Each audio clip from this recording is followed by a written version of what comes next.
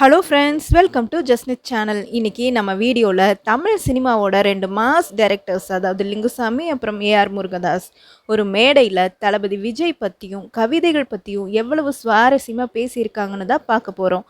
சினிமாவில் இருந்து விஜய் அரசியலுக்கு போன உடனே தமிழ்நாட்டில் என்ன மாதிரியான ஒரு மேஜிக் நடந்துச்சு? இயக்குனர் லிங்குசாமி ரொம்ப யதார்த்தமாக சொல்லியிருக்காரு. அது என்ன? வாங்க வீடியோக்குள்ளே போய் பார்க்கலாம்.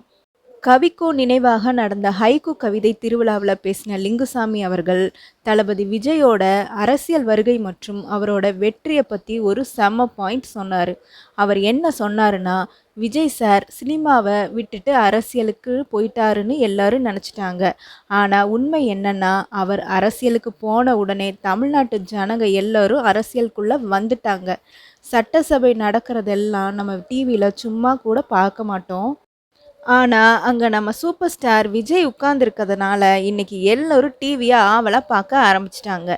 அது மட்டும் இல்லைங்க, எலெக்ஷன் ரிசல்ட் வர்றதுக்கு முன்னாடியே மக்கள் மனசில் விஜய் ஜெயிக்க போகிறாருன்னு அறிகுறி எப்படி தெரிஞ்சதுன்னு அவரோட யதார்த்தமான லைஃப் ஸ்டோரியை பற்றி சொன்னார். அவர் வீட்டில் வேலை செய்கிறவங்க, கட்டிங் பண்ண வர தம்பி, பைப் சரி பண்ண வர தம்பி அப்படின்னு சொல்லி எல்லா எளிய மக்களும் பேசும்போது அவங்க எல்லாருமே இந்த வாட்டி நாங்கள் விஜய் சாருக்கு தான் ஓட்டு போடுவோம்னு சொன்னாங்களாம்.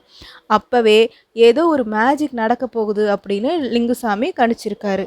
அது மட்டும் இல்லைங்க ஃப்ரெண்ட்ஸ், விஜயோட டைமிங் பற்றி முருகதாஸ் சாருக்கு நல்லா தெரியும்னு சொன்ன லிங்குசாமி விஜயோட எளிமையான குணத்தை பற்றியும் ஒரு சம்பவத்தை நெகிழ்ச்சியாக பகிர்ந்திருக்காரு. சமீபத்தில் லிங்குசாமிக்கு லைஃப் கொடுத்த ஒரு முக்கியமான தயாரிப்பாளர் ஒரு ஆக்சிடெண்ட்டில் இறந்துட்டார். ஸோ அந்த துக்க நிகழ்ச்சிக்கு விஜய் சார் வந்திருக்காரு. அப்போது விஜய் சார் என்ன பண்ணுறாருன்னா, காரில் ஏறி கிளம்பும்போது கூட்டத்துக்கு பின்னாடி நின்றுட்டு இருந்த லிங்குசாமியை பார்த்துட்டு காரை நிறுத்த சொல்லி கீழே இறங்கி வந்து அவரோட கையை பிடிச்சு விசாரிச்சுட்டு போயிருக்காரு. லிங்குசாமி அவர்கள் நம்ம விஜய் சாரோட டைமிங்கை பற்றியும் சொல்லியிருக்காரு. ஷூட்டிங்க்கு ரொம்ப பர்ஃபெக்டாக வருவார் அப்படின்னு சொல்லியிருக்காரு. ஸோ அந்த காலம் தான் இன்றைக்கி அவருக்கு இவ்வளவு பெரிய இடத்த கொடுத்துருக்குன்னு லிங்குசாமி பாராட்டினார்.